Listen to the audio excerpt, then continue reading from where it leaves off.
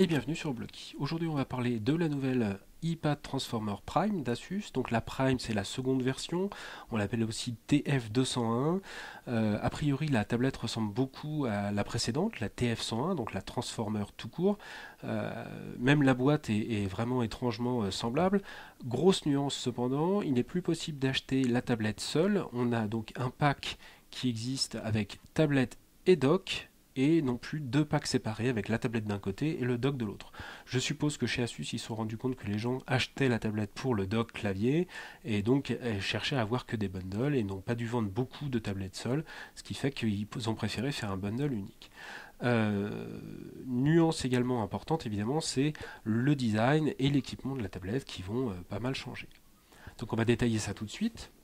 Donc on a une iPad TF201, donc la Transformer Prime, qui embarque des technologies différentes de la précédente, qui est également très différente d'un point de vue simplement aspect, avec une grosse nuance de finition. Donc ici on a la TF101, donc la toute première Transformer, avec une finition plastique, et ici donc la TF201, finition aluminium, qui semble beaucoup plus robuste, qui est également beaucoup plus légère, et qui, elle, donc avec cette finition alu, ressemble aux Ultrabooks de la gamme.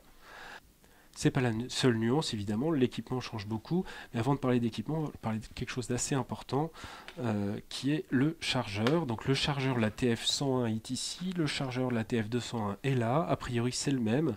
La grosse nuance étant que Asus a choisi de doubler la longueur du fil du câble d'alimentation. Donc plus besoin de tirer sur le câble pour alimenter la tablette quand elle est posée sur votre bureau. Elle s'alimente beaucoup plus facilement, tout simplement parce que le câble est plus long et c'est pas désagréable. Par contre, on garde un connecteur propriétaire, donc pas possible d'alimenter et de recharger ou de synchroniser la tablette avec un simple câble USB. Donc si vous perdez ce connecteur-ci, vous êtes obligé de repasser par Asus pour racheter un câble pour vous servir de la tablette et la recharger.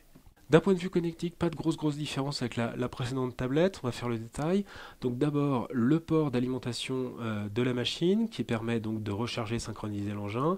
À côté une toute petite LED, vous ne devez pas très bien voir, une toute petite LED qui va vous permettre de savoir si la batterie est en train d'être rechargée, si la machine est sous tension, etc. Au-dessus sur la partie tablette elle-même, on a d'abord un lecteur de carte micro SDHC, donc on va pouvoir rajouter de la mémoire supplémentaire, sachant que la tablette est vendue en 32 et 64 Go, elle n'existe pas en version 16 Go, donc en 32 Go avec une 32 Go supplémentaire, on a une tablette 64 Go très facilement.